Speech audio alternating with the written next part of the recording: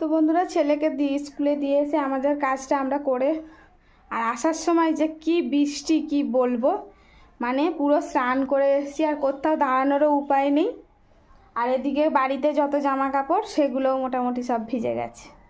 আমরা তো জানি বাড়ি গিয়ে জামা কাপড় শুকিয়ে যাবে, আর আমরা পুরো চান করে এসেছি কর্তা গিন্নিতে পুরো একদম। এইবারে না জানি ঠান্ডা লেগে যায়। আর কি বলবো, সেই তোমাদের দাদা ভাই তো আরও ভিজে গেছে, একদম কাক ভেজা হয়ে এসছি। আর বাইরে যত জামা কাপড়, এই দেখো যত জামা কাপড় সব বাইরেতে ভর্তি, উপরন্ত ছাদেতেও আছে। আর এই ঠান্ডায় ভিজেছি মানে আমার দুটো অসুখ ধরবেই ধরবে। এক হচ্ছে গলা ব্যথা হবে আর কান ব্যথা হয়, এই দুটো আমার খুব ভয়, মানে অল্পতেই ঠান্ডাতেই লেগে যায়।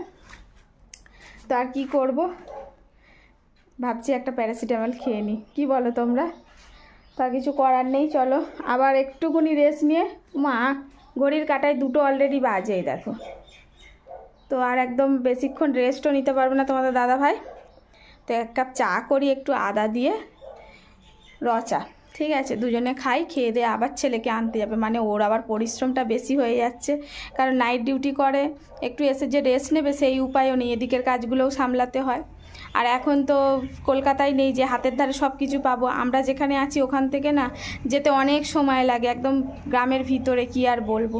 তো যাই হোক, চলো আগে ফ্রেশ হয়ে নিই।